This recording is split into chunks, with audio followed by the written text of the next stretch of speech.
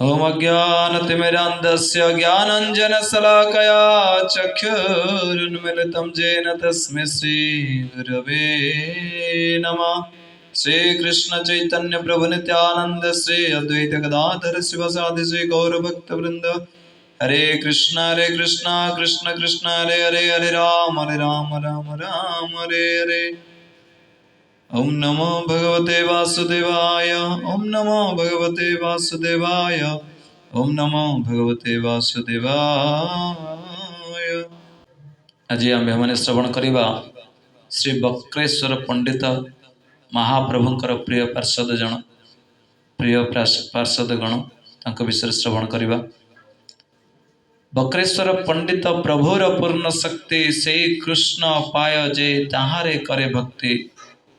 बक्रेश्वर हृदय कृष्णेर निज घर, कृष्ण नित्य करे न नाचिते बक्रेश्वर। श्री बक्रेश्वर पंडित श्री गौर सुंदर नित्य पार्षद, बाल्य ऋषि महाप्रभुंकर संगी। से सबु समय महाप्रभु संगरे रही था। महाप्रभु नवद्वीप कीर्तन आरंभ कला बेले से संगे थिले। जगाई माधाई उद्धार समय से संगे थिले।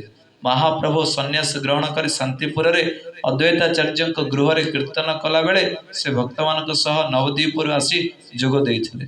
महाप्रभु रामकेली गला बेले से संगरे थिले। नीलाचल गुंडुची गुंडुचा मार्जन रथाग्रे कीर्तन बेले, इंद्रदुम्न और नरेन्द्र जल क्रीड़ा बेले, ठाकुर हरिदास समाधि प्रदान बेले, एपरि सकल समय श्री बक्रेश्वर पंडित महाप्रभुंकर संगरे थिले। महाप्रभुंकर पुरीवासी भक्त मानक मध्य पंडित बक्रेश्वर सर्वप्रधान।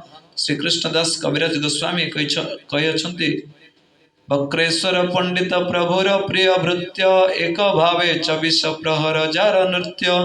आपने महाप्रभु गायन जार नृत्य काले, प्रभुर चरण धरि बक्रेश्वर बोले। 10 सहस्र गंधर्व देह चंद्रमुख, तारा गाय मुहि नाची तवे मोर सुख। एठारे पंडित कहले 10 सहस्र गंधर्व गान कले मु नाचिबी, तबे मोर सुख। या द्वारा केही मने करि पारंती पंडित आत्मेन्द्रिय प्रीति लगी कहते। यहीपरि धारणा नितांत भूल अटे। तांकर तार अर्थ यही 10 सहस्र गंधर्वंकर कीर्तन से नाची श्रीकृष्णकर आनंद वर्धन करेंगे। से नृत्य कीर्तन रे श्रीकृष्णकर जो आनंद हेब ताही बक्रेश्वर पंडितंकर आनंद। महाप्रभु कीर्तन कले पंडित नृत्य करते, पंडित कीर्तन कले महाप्रभु नृत्य करते। यहीपरि परस्पर मध्य प्रीति थाए। पंडित महाप्रभुंकर प्रथम शिष्य थिले। यह गोविंद दास लिखिंट प्रभु प्रथम शिष्य इत्यर्थम विमृश्य बक्रेश्वरम निवेश्य च तदाश्रमे निज निजम निवास जजौ। कुलियारे देवानंद पंडित नामक जड़े परम धार्मिक व्यक्ति थिले। से उदासीन शांत जितेन्द्रिय निरंतर भागवत पाठे रत थांती, किंतु श्री चैतन्य देव प्रति तांकर विश्वास न थाए। महाप्रभु भक्त श्रीवास पंडित चरण अपराध करी देवानंद बड़ असुविधा पड़े।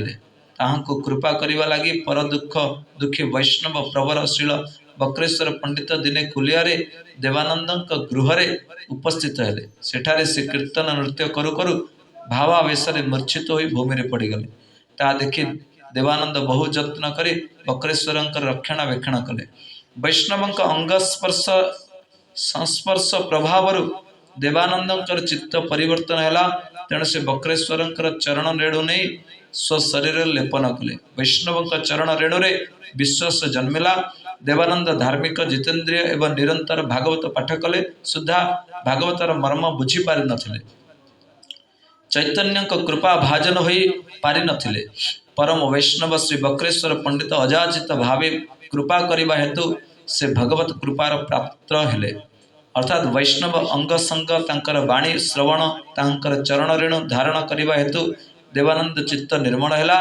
तेबे से महाप्रभु कृपार पात्र हेले, भागवत अर्थ बुझी पारे। बक्रेश्वर पंडित यही भावे देवानंद को उद्धार करथिले।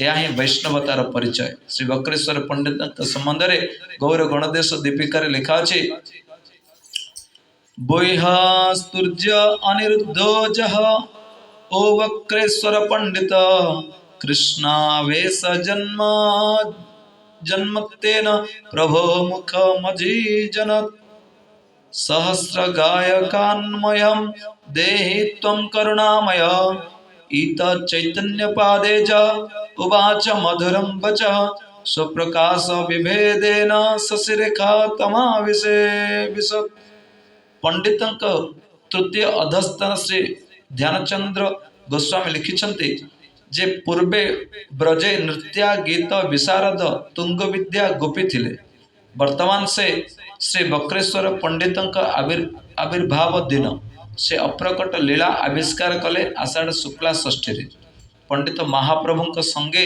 निज गण सह गान नर्तन द्वारा महाप्रभुंक आनंद वर्धन करथांती थरे गुंडीचा मंदिर रे हेरा पंचमी दिन रात्र श्री जगन्नाथ आवेश नृत्य करू करू अंतर्ध्यान होई भगवत लीला रे प्रवेश करिसंती तांकर चिन्मय कलेवर केही देखि पारि नाहंती। जय श्री बक्रेश्वर पंडित महाराज की जय। जय श्रील प्रभुपाद जय श्री गुरुदेव स्वामी की जय। श्री चैतन्य महाप्रभु की जय। जय श्री चैतन्य महाप्रभु की जय। जय श्री गौर भक्त वृंद की जय। जय निताय गौर प्रेमानंदे। हरे हरे बोल। हरे कृष्ण। जय श्री गुरुदेव।